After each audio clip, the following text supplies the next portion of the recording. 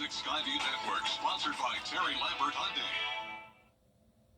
Well, the first couple days this week will feel very spring-like, but by the time we get towards the end of the week, very much like summer. We'll look at changing the 5 or 6 forecasts. Right now on News Channel 6 at 4, Payne College announcing big donations to the school today. How those funds will help. Plus, ahead of Tuesday's primary election, local Democratic leaders meeting to urge voters to head to the polls to vote. And a local nonprofit helping kids with cancer experience the great outdoors. Your News at 4 starts now.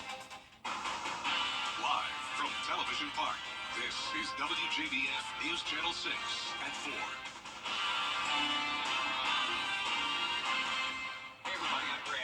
And I'm Jenny Montgomery. Thank you for joining us. New developments tonight on the investigation into complaints at the Big Blue Marble Daycare Center in Grovetown. The Georgia Department of Early Care and Learning has issued a 40-day suspension to the facility. It could start on June 3rd. Under the agreement, Big Blue Marble has to provide a plan that details classroom monitoring for 12 months after the suspension is over, and that has to be submitted within 20 days of the agreement. Staff will undergo in-person training within 90 days. Why? Well, back in March, we told you the center was at risk of losing its license for violations filed since last July. For a full look at the agreement, head to WJBF.com. A Richmond County man is facing up to a decade behind bars. Keon Dickens pleaded guilty to making a bomb threat targeting the Social Security office in Augusta. Authorities say Dickens threatened to blow up the building when he found out the agency intended to recoup overpayments of his Social Security income. Well, tomorrow's election day in Georgia. Voting machines being brought to polling sites all around the city today as the Board of Elections gets set. Republicans and Democrats holding their primaries. And there you see the Richmond County Democratic Party holding a news conference today, urging voters to turn. Our push today is, number one, to make sure Democrats realize tomorrow's an election day, go vote. You are the instrument of change, historically have been the instrument of change. We need to continue to make sure that happens. And of course, we want all persons actually to go out and vote too, because that's how democracy actually continues to go forward. State Representative Gloria Frazier there using the news conference to speak against the ballot referendum that asks you to decide on whether Augusta's mayor gets a vote on all commission matters. That's going to be on the Democrat, Republican, and non-partisan ballots tomorrow. All eyes are on Georgia this year as the state has emerged as a swing state due to a shifting population. Political experts say this presidential election will boil down to issues like the economy, immigration, and crime that will drive voters to the polls. Georgia being a swing state means you will likely see heavy campaigning and political ads through November. But experts say ultimately it will boil down to which party can galvanize more turnout to grab Georgia's 16 electoral votes. So the majority of whites in Georgia identify and vote as Republicans. The overwhelming majority of African Americans in the state identify and vote as Democrats. Asian American and Hispanic voters, which are among the fastest growing group of voters in this state, nationally tend to break more Democratic than Republican, so they're not as Democratic as African Americans, but they're still actually pretty strongly Democratic.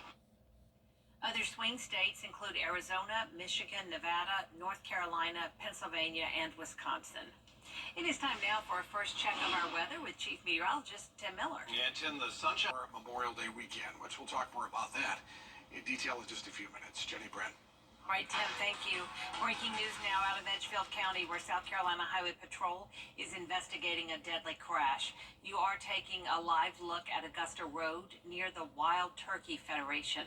Investigators say the crash involved a logging truck. One person was killed, another was transported to the hospital. The area is expected to be blocked off for the next several hours. Stay tuned to News Channel 6 for more on this developing story. Some big donations for Payne College. A presentation held this morning on campus at the library. Bria Smith live now to tell us what those donations mean. Bria? Yes, Brad. Well, those donations adding up to be a little more than $200,000 from people impacted by Payne. Those donations come from Payne College alumni, including Board Chairman Michael Thurmond, the Johnson family, and the Payne College Alumni Association. PAIN has been around for 142 years, and leaders say they hope is here for 142 more. They say the money donated today shows the support and belief in the success of the institution. It is so important. Obviously, we need the funding to continue to support the ongoing efforts here at the college, but it sends a broader message from the Payne College family and those who support us that we support this very important institution here in the CSRA. Payne College is the only HBCU in the CSRA, and faculty and staff say they're grateful for the collective support. Live in Augusta, Bria Smith, WJBF, News Channel 6. This week, you can learn more about what a penny sales tax renewal could mean for the Aiken County Public School District. Funds from the tax go toward improvements to the schools in the district. Many believe the district wants to use the funding to consolidate Gloverville, Jefferson, and Clearwater elementary schools. Superintendent King Lawrence says there's been some talk, but nothing official has been proposed. If they consider putting all of these kids into one school, because if you look at the population right now, if this happens, you're looking at just under 1,600 children. That's a lot of kids to put into one elementary school, and my concern is right now the student to teacher ratio ranges anywhere from 12 to 1 up to 14 to 1 in these schools. So I'm concerned about what's going to happen to class sizes. Tomorrow's public meeting starts at 6 p.m. at Langley Bath Clearwater Middle School. A fourth and final meeting is Thursday at 6 at South Aiken High School. A local nonprofit making a fun environment for children and families with cancer by showing them the great outdoors. News Channel 6's Isabella Moody has that. Hunting for the Cure is a nonprofit that serves children with cancer by giving them a free outlet to the outdoors to just be kids. The answer is God. God placed in our heart a passion to serve children that have cancer, families with children with cancer. When the Stills family was living in White Plains, Georgia, they felt a calling to use their land for a cause. The group is not just planted here in Augusta. They take families on trips to places like Alabama and Wisconsin for fishing and bear season. When you have a child that has cancer and they come to these hunts, and the day before the hunt they had chemo, and on the way to the hunt they're throwing up, they just push through, and they are such an inspiration. Kids continue to come back to the camp through their journey. They get to return to hunts, and so watching them grow, and we have kids that have been with us since they were 5 years old, and now they're 15. After you're 18, you're not just done with our program. They can come back as a guide and mentor, and now share their experience and their knowledge with other children. They will be having a fundraiser at Doc's Porch side May 25th to help them with funds. 100% of the proceeds goes directly to the nonprofit. Families that hunt with them will also be there. All you can eat, oysters and barbecue with all the sides. We'll have raffles and a silent auction available. And just come out and have a good time. There's live music. It's just a time of fellowship. You can find more information to get tickets for the event on WJBF.com. In Augusta, Isabel Moody, WJBF News Channel 6. Tomorrow on Jenny, we're catching up with a little girl who was born with a very rare disease called caudal regression syndrome. She never developed legs. 7-year-old Elizabeth has defied all the odds. For starters, she's lived 7 years longer than the experts predicted prior to her birth. She's smart, sweet, and sassy, and she's keeping up with the other kids at school. Despite the physical challenges, Elizabeth's grandmother makes it a priority to give her as many experiences as possible, including world travel. And London and New York and Barcelona. Barcelona. Bahamas. And Spain. Yeah, And the Bahamas. yeah. Her only limitation is she can't walk. Her playroom's on the second floor of the house. Yep. She will dive into the pool. She swims. I do not treat her as if she's handicapped. No, you don't. No, you don't. I make her do everything that she can possibly do. When it's time for dinner, she climbs up onto the chair herself. Yeah. She gets out of the chair onto her chair herself. We'll learn more about caudal regression syndrome and see some of Elizabeth's adventures, including riding her new bike. It's a specially designed Amtrike from Ambucks Augusta.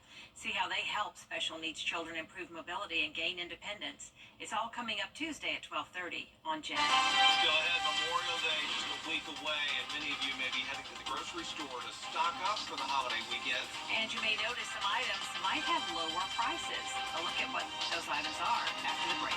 And as we head towards Memorial Day, we want to know what the forecast is going to be like. Well, we're going to increase the rain chances on Friday and Saturday. What does that mean for the rest of the weekend?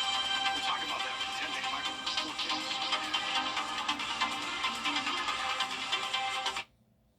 Hi, ET. When you shop kid to kid in Evans and Augusta. It's Memorial Day at Weinberger's Furniture and Mattress Showcase. When you buy more, you save more on anything you want. Mattresses, bedrooms, living rooms, dining rooms, and home offices. All with savings up to $2,000.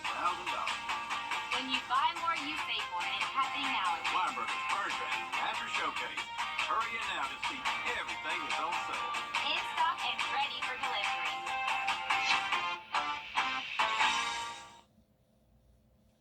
Welcome back, everybody. After years of inflation, there's been a bit of a price drop at the grocery store. Rebecca Jarvis reports.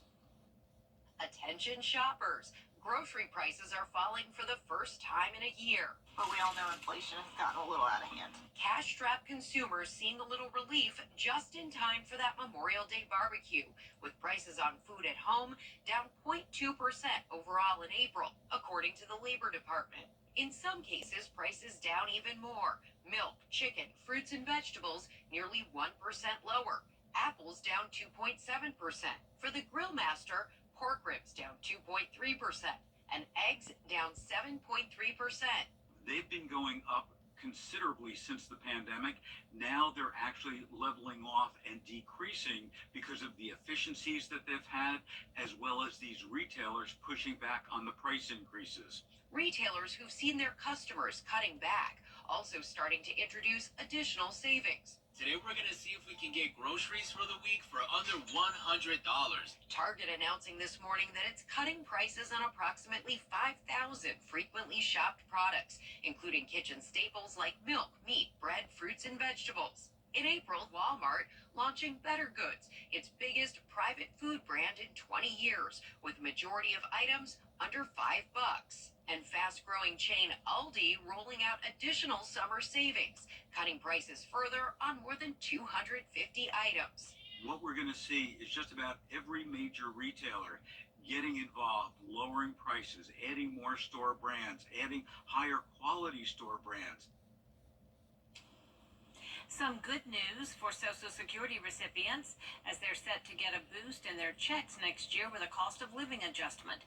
One analyst says it could be upward of about 3.2%. That's based on April inflation data, which shows the consumer price index moving up. The average Social Security retirement benefit would go up $61 a month. Still ahead, Chief Meteorologist Tim Miller is back with a look at your forecast. Plus, Harlem High School is celebrating its latest state championship with a special honor for its baseball coach. Weather headlines on WJBF News Channel 6. Brought to you by Hickson Roofing. If your roof needs fixing, call Mr. Hickson. During the Roof to Go This is in by Friday. All right, thank you, Tim. Indeed. A big change could be coming to the Harlem High School baseball field after a state championship win for the second straight year. Coach Jimmy Lewis got a big surprise on Saturday during a pep rally when the team got back to town. The school announced a push to name the baseball field Jimmy Lewis Field. If you are a coach in good standing, when you retire, you can continue to coach. That's how he's been able to continue to coach as head coach. And so it's an awesome thing. He's met all the criteria, and there's no more deserving person. Tough to argue with that. The renaming now is not going to be official until the school board's official vote, May 28th. Coming up, if you are looking for a summer job and love to throw pool parties, there is a job opening just for you. A closer look at how the job works when we return. You were injured in an accident. I'm Jenny Montgomery. Join me next time when we have a special follow-up segment to a story from 2018. See how 7-year-old Elizabeth is living with Calder regression and keeping up with the other kids. Tuesday at 12:30 on Jenny. This summer, you could get paid for throwing pool parties. Pool rental company Swimply is looking for a chief pools officer. The CPO will visit all 50 states from July to September to review pools and document their experience on social media. The CPO will receive $50,000 base salary for traveling expenses, and you can also receive up to $50,000 in performance bonuses. Anyone interested should visit the Swimply website for details and apply by June 15th. Well, that is it for this half hour. There's a lot more coming up for you at 4:30. Including the campaign for president heating up. We'll get a look at how both parties are trying to shore up votes after the break.